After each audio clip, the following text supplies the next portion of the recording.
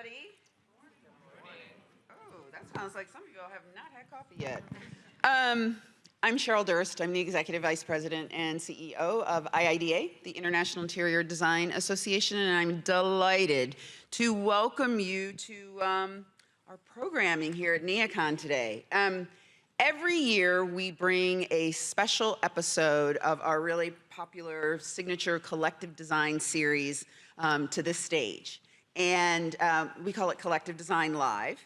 And this year is truly special. In part, we're going to extend the conversation that was started this morning with keynote Jessica O. Matthews, her presentation and talk about innovation and invention and how we can be more inventive. We're going to extend that a bit and talk about design entrepreneurship and where it's headed. It's also really special because our moderator, Mark Bryan, who is an accomplished futurist and designer, is now IIDA's very first Chief Research and Strategy Officer. He is expanding our research capability as an organization and as an industry into brilliantly uncharted territory. And he's really illuminating for us what design will be and look like and feel like in the future. It's going to be a really exciting conversation, and I'm going to turn it over to Mark and his panel. Mark and panel, that's your cue. Where are they? We're taking a break. We're mic'd up, right? We're mic'd, we're hot. I believe so. Hot mic. Make us proud. Uh-oh.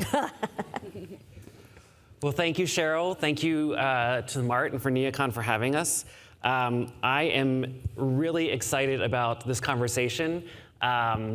And just wanted to say hello, good morning to everybody. Thank you for joining us here. Thank you if you're in the room. Thank you if you are out watching us on Marshall's Landing, or if you watch us live later. So we appreciate your time and energy here today. We're about to have an amazing conversation with three brilliant people. And we're going to be talking about innovation and design and materials and play and the future of experience, all around how to create the next big idea and how to take that big idea and transform it into something. And if you were in the room or maybe even outside watching with Jessica O. Matthews, she was talking about how to take that big idea and make it personal. And I think there's an important reason why we need to have this conversation, and it's because, I don't know about you all, but I feel like we're in a moment in history. There's a lot happening in our world. There's a lot that's being asked of design. There's a lot that's being asked of it to be faster, to provide more, to provide outcomes, to be quicker, and sometimes just to be even cheaper. And it's forcing us to ask ourselves questions that we might not have asked before in a very uncomfortable manner. And that question is, what do we want to build next? And so over the next hour, we're really going to dive into that to figure out what we want to create in an entrepreneurial way, right? Not entrepreneurial in terms of like maybe creating the next business, but how to turn that next idea into what the thing could become. And our panelists really approach that question from very different perspectives. And I'm very honored to have them with me. We have Ada Goodrich. Ada is a Los Angeles-based spatial designer. She's also the co-founder of Sing Sing Studio with filmmaker Sean Pecknold. And she's also creative director at Google for a lot of their experiences and events in sustainability. She has created colorful, materially rich worlds across interiors, event design, furniture, film, and commercial work. So thank you for being here, Ada. Thanks for having me. Yes. We have Carly Slocum. Carly is the newly appointed president and general manager of 3form, which many of you probably know. 3form is an award-winning sustainable architectural material. Carly just stepped into this role just very recently, about a month ago, I believe. And so what's great is that she has also been at 3form for a while, really driving a lot of their innovations over the years. Even their virtual showroom, the latest AI-developed visualization software, and really spearheading spearheading a lot of the company's circularity initiatives. The other thing about Carly that I learned when doing some research is that she has had a couple different career lives and brings some perspectives from different outside arenas, which we'll want to tap into a little bit as well. So thank you, Carly, for being with us. Thank you. And then last but certainly not least, we have Carrie Buse. Carrie is an innovation consultant. She is also the former Senior Director of Discovery at Mattel's Future Lab. So for about 20 years or so, Carrie was really leading the future of play concepts, connecting AI, storytelling, creativity, and physical digital play. She's helped create things like Hello Barbie, Hello Dreamhouse, Barbie Video Girl, and Barbie coding experiences that's been used by more than 1 million kids around the world. So thank you, Carrie, for joining us. Thank you. And as I said, each of these incredible designers and innovators have taken an idea, an inspiration, a thought, and turned it into something that has had tangible, visible impact. And so my hope is that as we're having this conversation, it will begin to unlock something within you that will help you to feel more agency in being able to create what we need next. So without further ado, because I don't think you want to hear me talk anymore, I think you want to hear from them, we're going to go ahead and start with just a question, and this is for all of you to answer. And it's really about entrepreneurial thinking. Entrepreneurial thinking is an engine for change, but it's also a risk. And so my question is, what does it actually take to bet on that big idea? And how do you know when an idea is worth pursuing versus maybe just being something that sounds exciting at the time? You're looking at me, so I'm looking at any of you. You just happen to be You were next to me, looking so yes, yeah. I'll go first.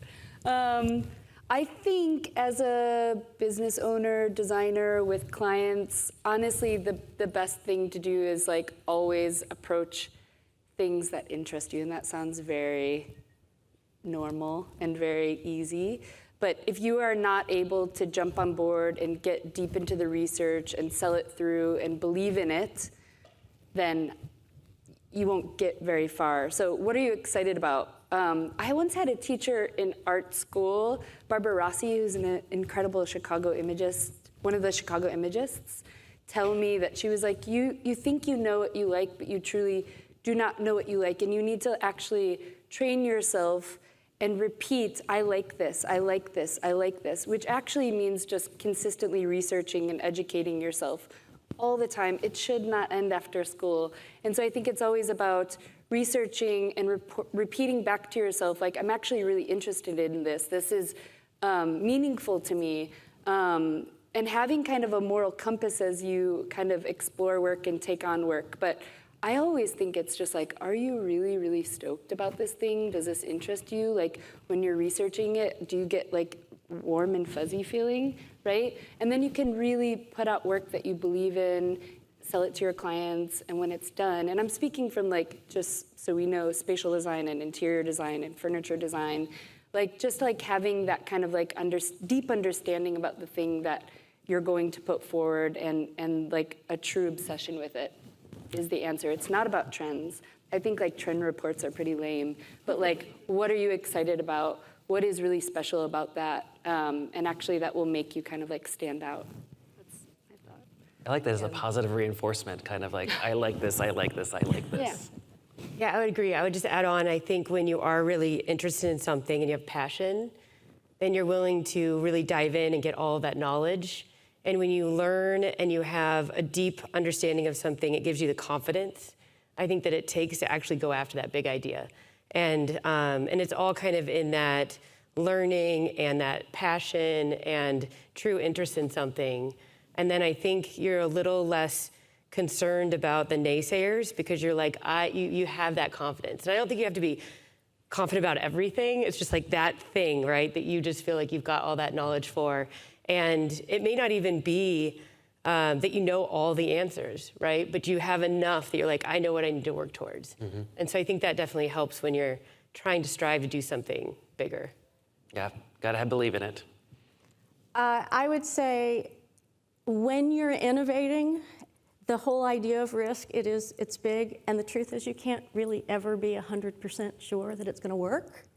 In my experience, we developed like a framework where we would figure out while I may think it's cool, does anybody else think it's cool? And being very specific about that, particularly in innovation, people like things that are familiar, right? They don't like change too much. And so in innovation, whenever you can have something that's just a little familiar, that allows them to feel comfortable, and then the next piece is the delight that takes it further. So we would start with that piece, and then feasibility, like do we know how to make it? And then finally, is there a business model? And as a creative, that's the last question I want to ask, but it's an important one. Not just can you sell this thing in, but does it have scale? Is it something that's going to last? So we would do this process as like a little quick sprint, maybe a month or so, just to quickly understand those things. And again, never 100% sure, but you've at least de-risked enough so you can feel a little bit more confident as you move forward. Is that how you know when you've got something that will last versus something that's novel? I mean, I've got written down here, some of the things that you've made are a fingernail printer, a monster face maker, a Barbie with a camera, and like a lot of tech-enhanced play experiences, which we all know when it comes to play and kids, sometimes that can seem a little off-putting to stuff, but how did you know those were things that could have staying power? It's all about behavior. Like we would see the video girl, which is hilarious, by the way, because if anybody's seen the Barbie movie, she actually shows up and they make fun of her, which I love. But this was a doll that had a camera inside her, and it was very controversial at the time. This was many years ago. But the reason why we came up with that is that we were watching kids on YouTube filming the way they were playing, and one of them would always have to have the camera, like a regular camera, so she couldn't play. And we thought, well, if we put it in the doll, then everybody gets to play. So it was leaning into a behavior that we were seeing. Did anybody ask for that? No. When we put it out there, were people like, oh, that makes a ton of sense. There was resistance, but that initial insight of like watching how people are changing can really sort of breadcrumb you to a new idea. Yeah, and I think, Carly, you have also been able to work with ideas that seem to come out of nowhere sometimes, because like your products are beautiful and they come up with like these concepts. And I'm just curious, you've worked in different industries that have maybe given you a different perspective than sometimes we have in our own inside of the industry. So what are you seeing that helps you to come up with the new idea or to figure out, as you're crossing into design, what is right for this market and what is not right for the market? Yeah, it's a great question. It's funny because I worked in HR tech, which was a little wah-wah, and then I went to biotech. And being in this industry, I don't plan on leaving because you guys are fantastic. The creativity, just the way of thinking is so fun to be in that I'm like, I can't go backwards. But one thing that I've learned though is that, yeah, you have different markets, you have different people, and you have different customers, and your employees may have different passions. But at the end of the day, you really have to take the time to listen and learn and understand from all these different perspectives, right? So you truly got to understand your customer. And I mean like try and become and like sit in their shoes and understand the nuance of their day and listen to your employees because they are a sounding board from what they're hearing from your customers. And there are a little bit of market trends, even if you don't like them and stuff like that, and looking at where is the market going. And I don't think it matters really what industry you're in. I think it's really important that you dive in and truly understand what's going on, and then how does your company fit into that, right? What is your takeaway based upon what you do? And I think the other piece that is so fundamental, and I'm talking from like a company perspective, is surrounding yourself with an internal team of experts with like very different skill sets, with different perspectives, and making sure that you really have an environment where they feel like they can tell you the truth. I think when you surround yourselves by people that just want to tell you what they think you want to hear, you're going to go wrong. And so you want to have people that are going to challenge even the smallest thing that you might say, and challenge those ideas. And I think that no matter what industry you're in, those are fundamental things that are going to help you, one, define what that idea is, but then also have people that are going to like check you along the way, because you will have to make changes in pursuit of that idea, and all of that input is going to be influential so that you actually get to the point that you want to be, that it's actually very successful, right? And I think you need both of that. Can I build on that a little bit? I love what you're talking about there, actually listening and like being in people's shoes. People do want to tell you what you want to hear sometimes. So children love to be like, what's the right answer in this scenario? And I remember one time running something where I was trying to sort of check them and go, so who likes broccoli? And they all raised their hand. And I was like, all right, I know that you're not telling me the truth. I ended up finding that watching behavior was also just as important. So I may have a kid tell me that whatever this toy is phenomenal. Oh, I love it, I'm gonna ask for it. But what I watched when she played is she actually put that toy over here and played with something else. So that was information that she was never gonna tell me, but I saw it, and I need to understand, well, how do I interpret that moment and take that into my learnings and adjust my idea? Okay, then I'm going to build upon that. From a spatial design perspective, specifically at Google, when we put on events for 10,000 people, by the time the event is there, my job is done.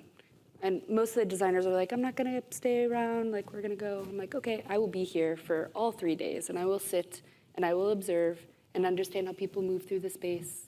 And that is so important to observe. That is really everything, is to observe. And before I get on a client project, I'll send them a questionnaire, and it's really fun. I'm like, what do you hate? What do you love? Who are you jealous of?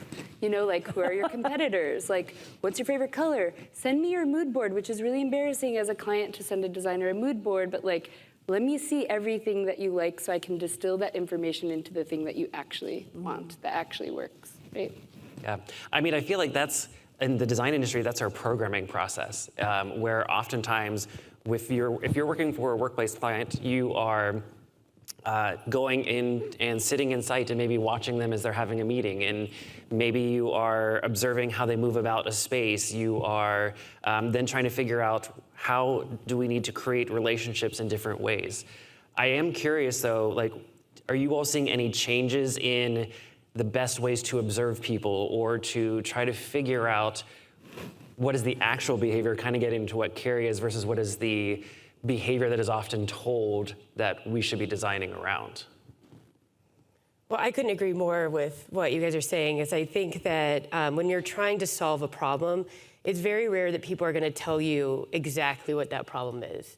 And it's up to us to listen and observe and all these things to actually see, like, what are the true problems? Because most of the time people have found workarounds, they don't even know that it's a problem, right? They've just figured out their own way to do it. And then you can have these moments of different ways you can observe. And I think that can manifest itself in so many different ways, by the way. Like, I don't know if there's, I think you're kind of always observing and always putting yourself in a place where you can see what's going on. And it's fascinating, right? And then when you actually see so many people have their own different workaround, you're like, okay, like, clearly we could do this better, you know? And then you can take what you know about your own company or what you're trying to do or your design, and you think through, like, okay, what can I do that's going to improve this experience or improve this process that they're never gonna come and tell you, you know, what the problem is or what the solution is. Like, you gotta figure out what the problem is, and then you gotta figure out a way to get to a solution. Yeah. That's what I love about design, is I think what we should be working toward is designing for the problem first, not designing the solution and then trying to back end the problem or the solution into the problem. And I think that's what sometimes trips us up when we're trying to do things like the future of work. What we're trying to do is design the workplace first and then design the work afterwards. And I think that's the wrong direction to move in. I agree. Now, I'd be curious, Carly, you kind of talked about this a little bit, but I want to hit on it a little bit harder, is that sometimes you have the big idea, sometimes you hear from the people and you get the feedback. When do you know is the right time to wait? Or when is the right time to hold or to pause before you launch something? Even though maybe you've got good feedback, maybe the market is ready, is there a time when you should just wait and observe even more?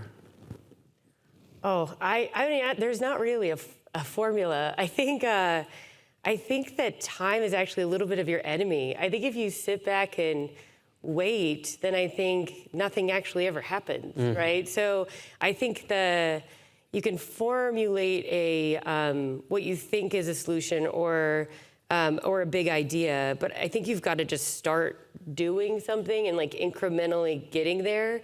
And I think you'll find if you do that, oh, well, I need to pivot because actually the market's doing this instead of this. And so you don't just take, well, at least in my opinion, I don't think you can take like 3 years and then just be like, oh, here's the solution, because probably that problem or whatever's going on has evolved as well during that time. So I think time can be your enemy in a way. Like if you just sit back and you're always waiting, you're just gonna be like at the end of the day, we've all said, oh man, I thought of that, but I didn't do anything about it, and that's what everything would be, So I think you just have to start somewhere and work your way there. I also think, I think like at our studio Sing Sing, we have like long-term projects that are client projects sometimes, and then we have like our personal projects, and then we have like our personal projects that we don't work on with each other because there's 2 of us.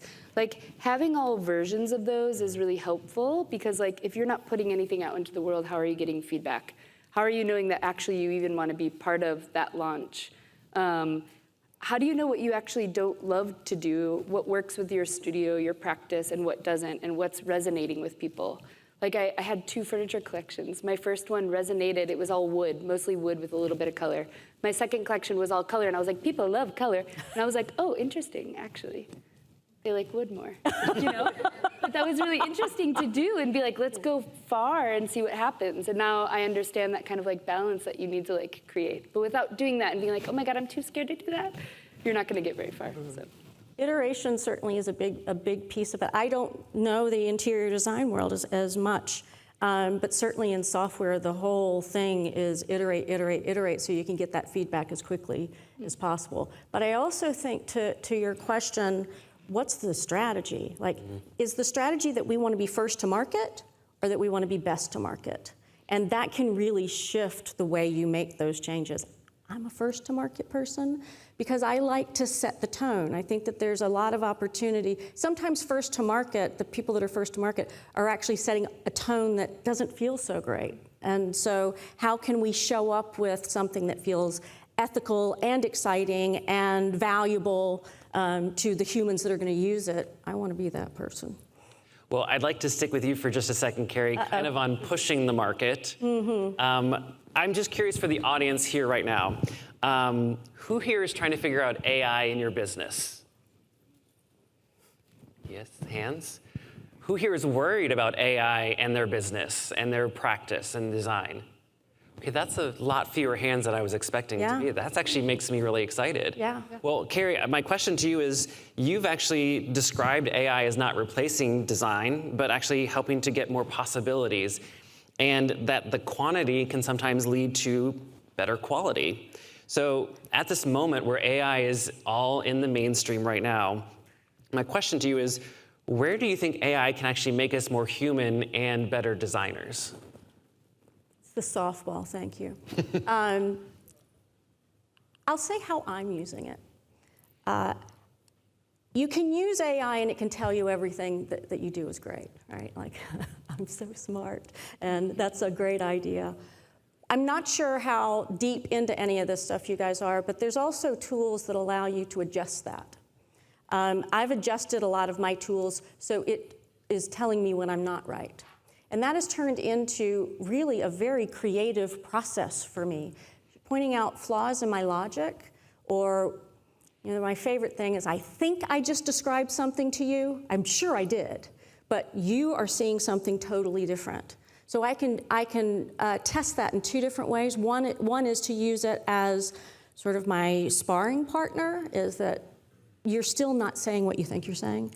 And the other is, as a non-visual artist, can I render something so I can show it to a designer so that you don't have to read my mind? And what that allows us to do is then be more creative. The human piece I know is really scary, and I'm also very much speaking from where it is right now. It is changing so fast. But I believe that if we take more control of how we use it, and if we use it ethically, if we're using it to increase our imaginations, I like this idea of AI is actually amplifying imagination, AI, get it?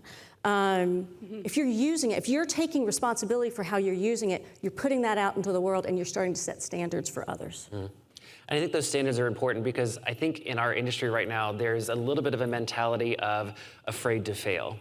I think there's a little bit of a mentality that we've forgotten that we need to sometimes fail in order to succeed. I'm just curious, have you kind of shared like the collection that didn't do maybe as well as you thought it was going to do? Do you all feel this moment of like we need to be a little bit more open to failure with some of the products that we're doing? I love failure. I think being brave is all we can do as designers. That is what I do. But like, what are we doing if we're just sitting back and we're scared to fail? Truly, like, maybe you decide that like, I don't want to fail super publicly.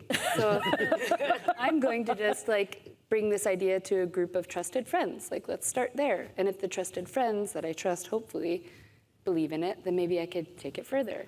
But I believe in sharing, and I believe that like, we are all here. This room is completely packed because we believe in community, right? So if you're not sharing things with people and getting that feedback, it might be a fail sometimes, but like, it's only going to allow you to grow. Like, I truly believe that like, we are here to make things and to make things for people and with people. So that can be a fail, but I think failure is like as good as winning. I think It takes a lot of humility, though. I mean, people who are trained in a particular area, they see themselves as experts. I see myself as an expert in certain ways, but that gets in my way.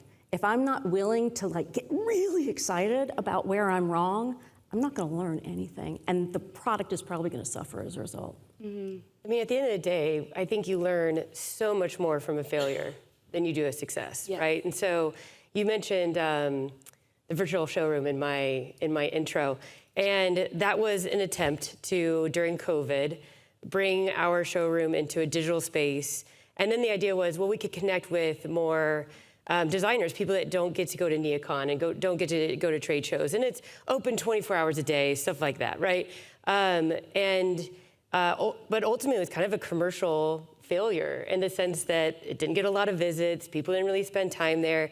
And a little bit of it was, we didn't really solve the true problem, which is, you know, designers want to come see what they see in a 4x4 kind of sample in a full sheet, right? And then see it in a run, right, in space, and see it maybe in different scenarios and different types of rooms.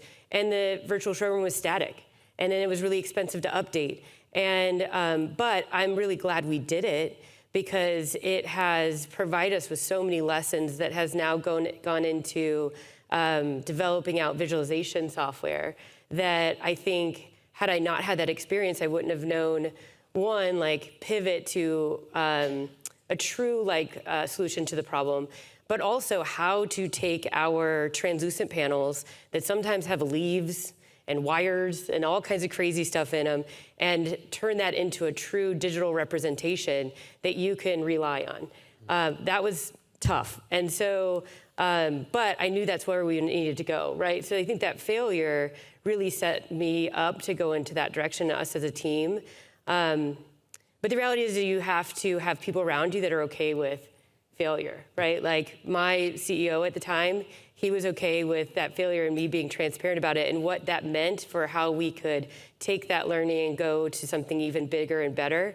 But I think a lot of people are afraid of failure because they're afraid they're going to be judged or feel like they're not good enough at their job or whatever. And I think we have to, in our environments, make sure that people know that there's safety in failure, right? Especially if you come to the table and tell us what you learned, right? And not just be shy away from it. I love, though, it's sort of the semantics, so it's the language of failure that's so scary. But you just told a story about success.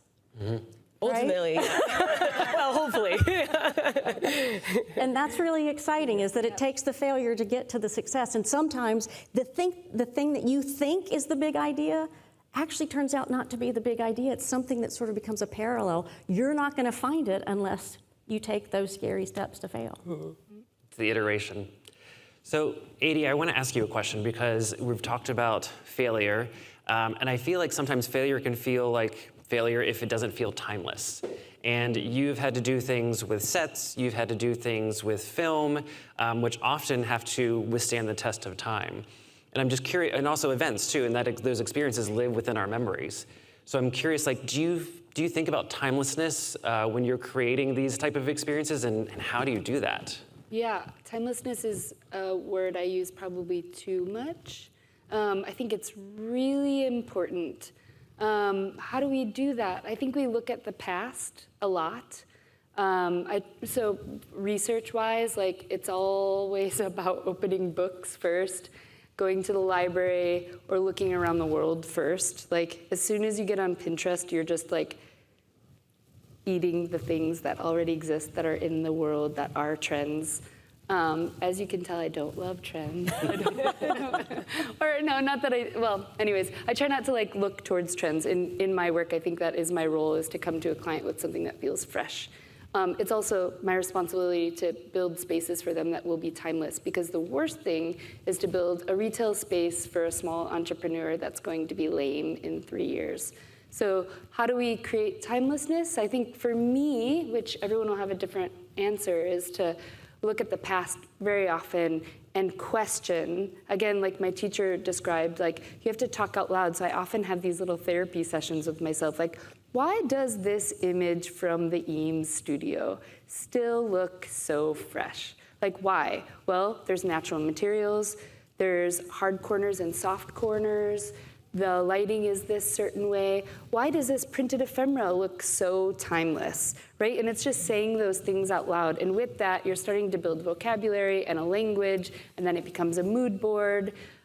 We also do these walks, these city walks, me and my husband and friends, where we'll just walk across the city, choose one road. One time it was like downtown LA to Santa Monica, 18 miles. And in those walks, you're starting to like pull references from like strange things that you see. Like there was this window with like a lime green curtain, like a lacy curtain against an orange, like terracotta-y orange building, and like this like fucked up, like foggy window.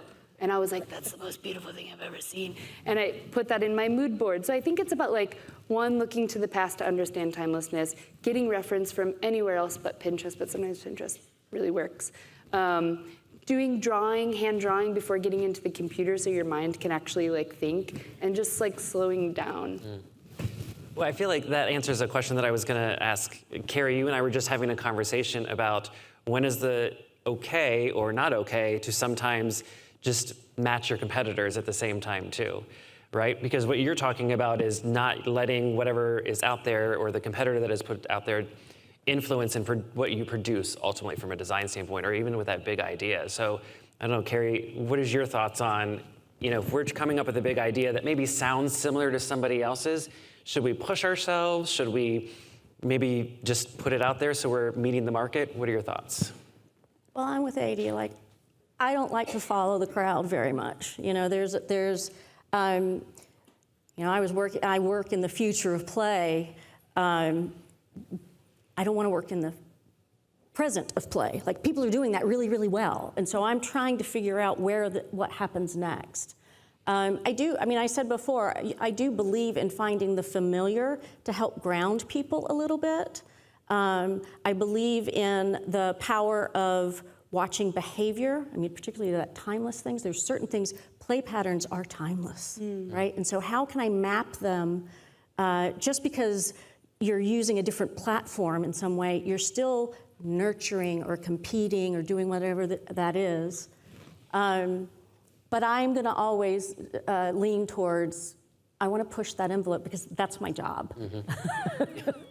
That's what they pay you for. And I'll tell you, like, a perfect example of that is actually the Barbie origin story, where Ruth Handler, at the time, there were only Barbie dolls. There were only baby dolls. You just did nurturing play.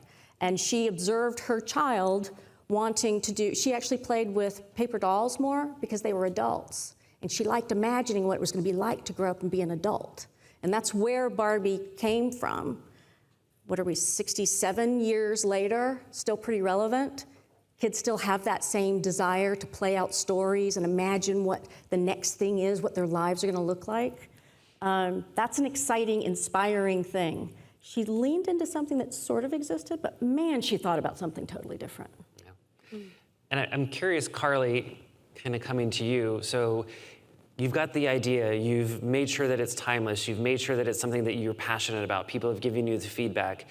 That might mean that you're stepping into a new role. It might mean that you're transitioning into a moment of leadership, one might say, that you've been working towards. I'm curious, as you stepped into this moment of leadership, what has it taught you about what to do with big ideas, where they're coming from, or even how to address them? Yeah, I think what has been really interesting over the last month, so I'm real new here, but the access to additional information that I didn't have before has been very eye-opening. And so there were things I questioned along the way, and I worked very closely with our CEO for a long time. However, you know, there were questions I had, and I always kind of was like, well, I don't know if I'm getting the full picture. And so immediately when I just had access to everything, like all of this data and these questions I had, I think just in the short amount of time, I've been able to get a way more holistic view of the organization, of where we are at, and therefore I can paint even I feel like a more confident sort of picture of where I'd like to take it in the future. And what I think has been fascinating is I thought I had a lot of that information, and the reality is I didn't. And so I think the other part of that is I want to make sure that my entire team has that information, that none of us are working in a vacuum, because that way I know I'm going to get the best ideas and feedback from everybody, and that, you know, we're not really in the dark about this or that, right? So I think that's what's been fascinating, and I was really, quite frankly, like nervous and like a little shell-shocked when they gave me this job. And a little like imposter syndrome and all the things. But because of all of a sudden I got all this additional information, I feel like way more confident, I guess, about my role in the organization and where I can take it than I probably even did 6 months ago. So, and again, I just want to instill that across the whole organization and not keep it to myself. I really like that, because it feels like that's the transparency that we keep hearing asked for, especially in the workforce, especially in our own lives. We may not get all of the information, because sometimes we don't need the information, but it is nice that there is the opportunity to have that transfer back and forth. So we're going to move to Q&A in just a minute or two, but what I want to do is just ask everybody one last question, and that's really, what are you looking for next? What are you excited about next? Where are you looking for that next big idea? Whether it's in innovation with toys, with products, with design, what is exciting you about what could come next? I'll go, I guess, because we're all, because I work in technology, there's a lot of technology still right now that I feel like has a lot of friction to it, and it gets in the way. And so I'm excited about how these things get integrated into our lives in ways that I don't have to think about it all the time, that it's just servicing me. It's when I need it, but it's not there when I don't need it. And why I want that is because I think it allows us to be more embodied in our lives. So this whole screen thing, people have been talking about this for a while. It's not working out the way maybe we thought it would. The idea of I still love the technology itself, but to be able to be in my world with my face up and having whatever the things that I need, and I can connect to you and see your face and have that connection, that's the world that I want to live in. And so that's the world that I'm really thinking about a lot. Well, it's solving a problem, like we talked about. 1,000%. Like, it is a problem that needs to be solved, not just creating a product for a product's sake. Yep. I'm really excited to see how cities end up. I don't know about end up, but how cities kind of transform. I feel like particularly right now, we're seeing a lot of retail businesses die, and there's no way that they'll go away, right? Like, how will they emerge? What will take their place? I'm interested to see how restaurants change, how coffee shops change. What I'm seeing a lot in LA is like retail spaces are much smaller, and I think that's so exciting. What do you do with your materials and your color, your use of space, and how people flow through a space when it's smaller because rents have gone up? Like, that's really exciting. So I'm always paying attention to the city and businesses. I'm really interested in small entrepreneurial businesses. And I love how the public interacts. I don't do interior design for residential. I'm really interested in how people in the public interact with spaces. So I'm just excited to see how, like, with technology and the internet, retail spaces and places that people interact in, how it morphs over time. Yeah, I think from my perspective, I get the opportunity to work with so many different creative people that they surprise me every day on their ideas and solutions. And I think right now, since I'm literally like drinking from a fire hose, and kind of selfishly thinking about this question, I'll just go back to what I was saying before, which is I'm just excited to be in a new role where I have access to more information, where I have the ability to transform where we're going in the future.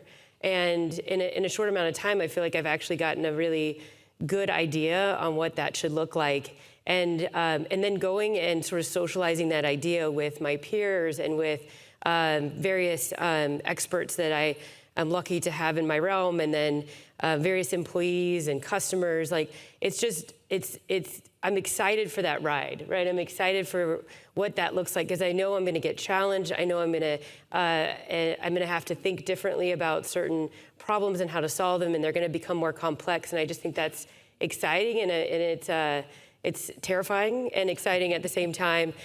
So I guess to kind of selfishly answer that question, that's what I keep thinking about, right? Is like this end vision that I've already sort of come up with, but like, how do I define a roadmap to get us there that I can make sure that we can pivot and learn along the way? And, you know, likely we'll end up somewhere in that realm, but it's okay if it changes along the way, right? And not to be afraid of that.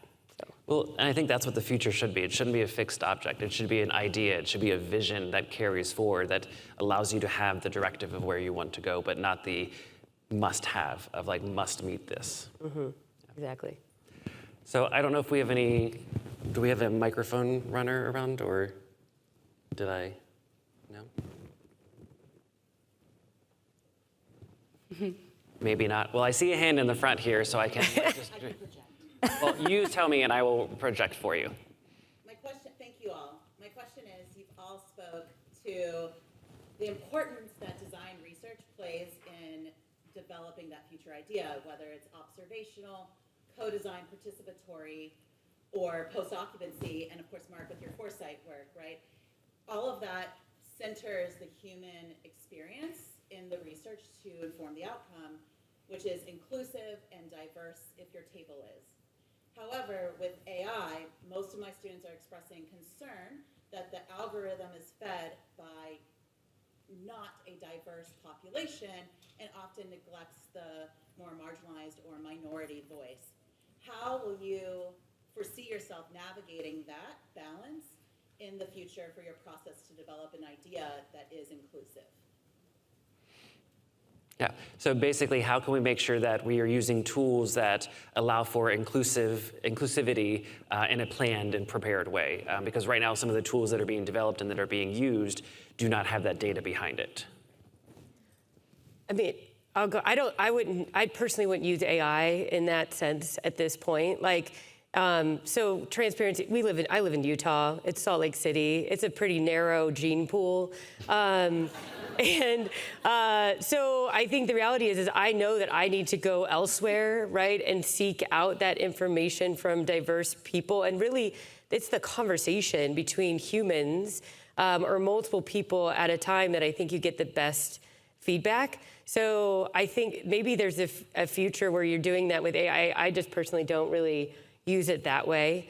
I think there's still so much power in that dialogue and like diving deep on questions, and ideally having multiple different perspectives and diverse group in that room so that they can bounce ideas off each other, right? And you can kind of triangulate. So I don't see a future where there's not still power in that and doing it in that same sort of direction that I think is really important, and making sure that you have representation.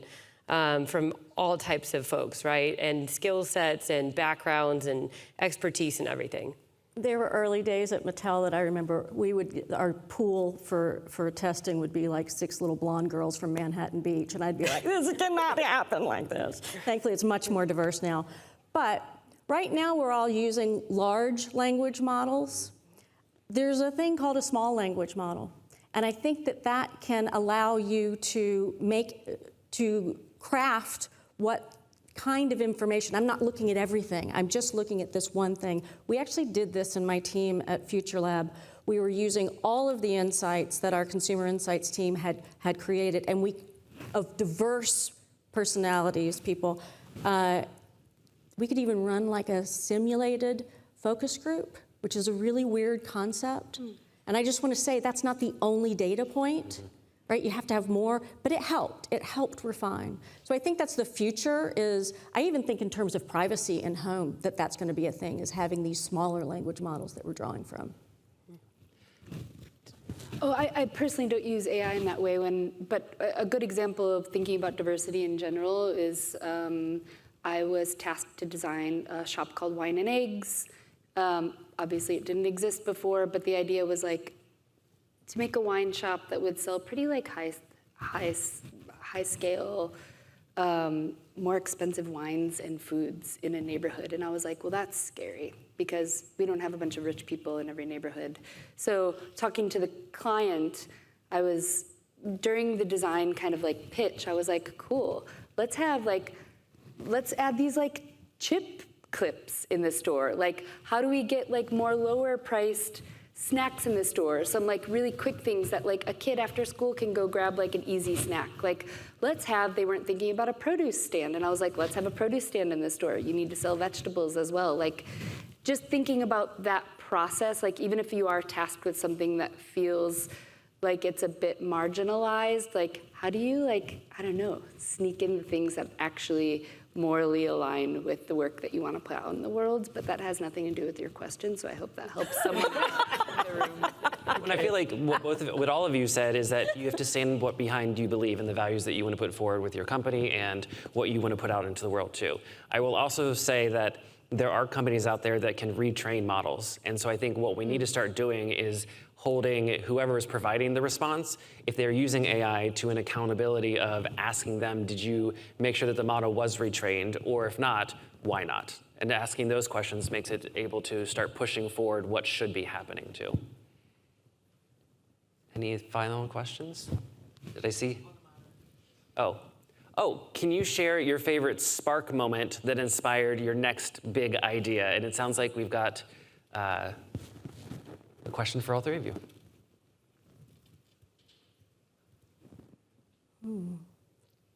I think, so I think some of my best ideas come after a couple cocktails on the weekend.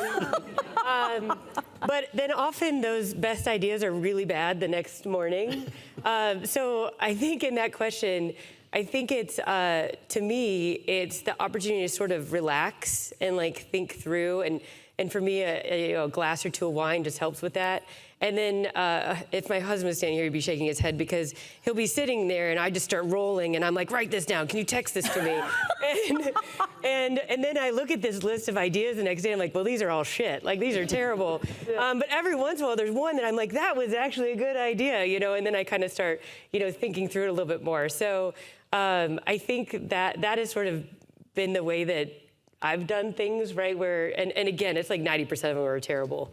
But every once in a while, there's a gem in there, and then I kind of weave it into, you know, our plans. So that's how sketching is too, right? Like when you're designing something, you're sketching over and over and over and over again, and you're like, nope, didn't get there, didn't get there, didn't get there. But it's that iteration, and it goes to something you were talking about too, about like asking yourself, why do I like this? Why, like, and creating that own POV about why you like that too. Yeah, mine's always walking. It's always like on a walk, looking around. Like I said, get off the internet, get off the digital. Like just walk and look, and you start to find things. Like I have honestly found a lot of my inspiration just from like strange little juxtapositions in the city that will never show up on Pinterest that inspire me, which is often like material based. I'll go back to, it's very similar to that embodiment thing. I actually got the rug from my mother's house that I used to play Barbies on, and I have that in my home office, and I sit down on that floor and I think through that. Like, I put myself in that space so I can see the world from that perspective. That's what I do around the child thing, but you know, there's a lot happening in the medical space that I find interesting. So think about how often you're in an office and you're looking at that awful ceiling, and people are doing really interesting art up there to make that more accessible and less scary. And those are just be in the space and imagine it. And I will share from my perspective, and real quick we'll get on to the next question, is that in foresight and on a lot of research, you should be looking outside of what you would traditionally look at too. Because that's kind of, to your point, the medical equipment area. You may find an inspiration on how a device works that inspires you for a new mechanism for how a chair could work in our industry. You may see that, you know, we just heard an entire speech right before this with Jessica Matthews, who was talking about she saw a soccer ball that could create energy. You need to be looking outside, because if you only look within side of design, that's where it starts to limit the diversity of thought that we were just talking about specifically. So the next question is, touching on AI and the practice of failure, have you found the ability to iterate quicker and the overall increased access to info has created an intolerance for failure from a client or a user? So basically, are your clients expecting you to be more right given the tools that we have right now? I personally don't think so on a small entrepreneurial scale, if we're talking about that little section of what I do. Not at all. I think it's always a human conversation. If you're just doing emails and pings with them, that starts to get weird. But like, I think it's always about like having that client relationship is always about like, let's get together. You want to talk about bar design? Let's go to your favorite bar so we can like pull out a measuring tape and like measure it together. I want to understand what works for you and what doesn't work for you. So like, I don't know. My like push against the digital world is to always be present in the actual world. I think there's I'm like, from the client, which is one experience, and from the user is another experience. The client wants it fast. Doesn't matter what fast, fast, fast, fast, no failure. We just want it to be great and make $1 bajillion. I don't know that AI has necessarily changed that. I do think that what I keep seeing is it's not just faster, it's more faster, put more down the pipeline, which I don't love, frankly, because I think design takes thought. I can't think of an example where it's a problem with users, though. You know, it's a business versus person situation. Yeah, I would agree. I think if anything, and I guess maybe how we've used it is we've used it more, I think, on the software development side to build out tools. And I think what's been really great from a company perspective is that we've been able to iterate faster, but you can gate what you show a customer, right? Mm-hmm. You don't have to like put everything out there. And then it has become far less expensive to develop things. Like some of the tools I'm developing now, when I first entertained those ideas, it was several $100,000. And now it's like, you know, $12,000. Like it's like vastly different. So it can be $10. Yeah, in some cases. Yeah. So it is a huge shift. But again, I think whenever, and again, like from a software perspective, you still choose like what you actually roll out to your customer and when, and you still follow that same sort of trajectory. You just you're just able to do it kind of faster and cheaper than you were before. And you're the one that can figure out like what that minimum lovable product actually is, right? Mm-hmm. I'm curious, so one of the conversations that I keep hearing, and I've been hearing for the last several months, is about outcomes. We kind of touched on this with like problems. And in the design industry, there's a conversation around setting outcomes at the front end or measuring them on the back end. And the conversation we're trying to figure out is what's right. Because sometimes you want the outcome to drive the design, and sometimes you want to see what the outcome is at the very end and maybe have a little bit of surprise and delight. I don't know, does anybody have a perspective on outcome on the front end and measures you go through, or outcome on the back end and let that be your teaching tool? I lean towards early. This process I was describing that we use came from being in the same damn meeting year after year after year on each different project. And it was always something that we didn't think about that wasn't going to work out, and that's why we can't move through. And so 9 months, 10 months, whatever, down the road, a whole train of people, all of these resources working on this thing that we're not going to do. So I do think identifying what does success look like very early on and having all stakeholders right there in there, but also the tolerance to come back at checkpoints and be able to go, do we still believe this? Is this still the outcome that we're going for? Or have we discovered something that actually is even better? Mm-hmm. You have to have that flexibility. My work on a corporate level is very different than when you're working with an entrepreneur. So if I would say corporate, 100%, like, let's talk about the outcome. On a smaller scale, I set up with my clients, like in my contract, that we're gonna have an exploratory phase. And we always start, this is exactly what I want, this is my mood, this is what I want, and it changes. And sometimes it's my sneaky way to do it. I'm like, that's not a great idea, so let's explore it together, and we can share things and explore things. So I would say it really depends on like risks, right? Like larger scale companies have more risks, so you actually have to like be ready and prepared, so you don't have to bring that team of people like at midnight the day before to sort something out, which we've been in. But smaller scale, I think like if people are open to it and exploring and finding that thing together, to me, that's a more interesting way for me to work. Yeah. Yeah, I mean, I think I would just agree with everybody. I think, and kind of more in that business context, usually you have a goal in mind, and then it's like, okay, well, how are you going to measure success of that goal? And I think to what you were saying, it's really important that you get buy-in on that, because you don't want at the end of it for somebody to think that the success metric is different than what you thought, right? Because then they can kill your project if they're like, well, that's not what I thought it would do, right? So I think it's really important. And then oftentimes I do think you uncover like, oh, there's some other, nuggets in here and some other things that we should look at. But I think in a corporate type of environment, it's like getting everybody on the same page and that buy-in. Because man, there can be like one naysayer in the room and they can just trash it if they think, oh, I thought it was gonna, this was gonna be the outcome. And if they weren't on the same page, then they can kill it, even though you knew that wasn't always the case. Mm-hmm.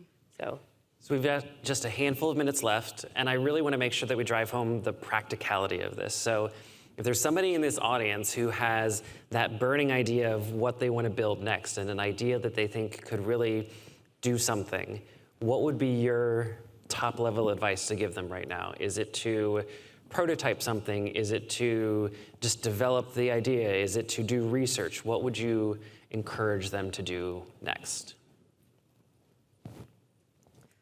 I like prototyping. I like shitty prototyping, and I'm really good at shitty prototyping, which can be Post-it notes or like whatever you have at hand to try and get your idea. Part of it is articulating your idea in some way, and when you can do that physically, you already start seeing where, oh, there's a flaw in my logic right there. How am I going to fix that? That should be happening throughout the process, but a little shitty prototype at the beginning can go a long way. I never want to say, I was gonna, right? Like, I think I've heard that. I was gonna, but I had this amazing idea, but I'm like, just do it. And if it is through a shitty prototype, or it is like being like, I'm gonna follow this through and see where this little exhibition goes, or this launch of a collection, or whatever it may be, like, I think you need to do it. Also, everyone has a different budget, a different amount of time that they could put into something. Some people have full-time jobs, some people are independent artists, so it's also like making it work with whatever model you have as a life, right? But like, I am always going to be the one that is like, oh, let's do it. I think that's how we learn and develop and grow. And I think like continuously changing is a really good thing. We should always be like, how do I do that next time, but like this? So I think always go for it in whatever way that you can. Yeah, I agree. I think it's like, don't let perfection get in the way of greatness, right? Like ideas do not need to be perfect. And if you wait and try to put together what you think is the most perfect outcome or the most perfect idea, you'll just never get started. And likely you're wrong anyway about what that is. So I think I feel like what we're all saying is you just got to start somewhere. Like whatever you're comfortable with or whatever is the best approach, just start somewhere and because then you can start iterating, you can start learning. And it's just the same thing. Like, you don't want to sit there and be like, well, I could have done this or I could have done that, and it was just because you just didn't get started for whatever various reason, right? And so you just got to kind of take that leap, and it could be a small leap. It doesn't have to be huge. You don't have to do the whole thing all at one time. And I think that's what gets in the way a lot of times about pursuing something is waiting to have that perfect idea. It's like, no, just start going in a direction, figuring it out. You can pivot, you can iterate, you can change your mind. It's totally fine. And at least even if it's a failure, you've learned a lot along that route. Well, thank you for sharing all of your learnings. Thank you, Adi, Carly, and Carrie for being with us today and for joining us in this conversation. Thank you all for being here, and hope you learned something new today.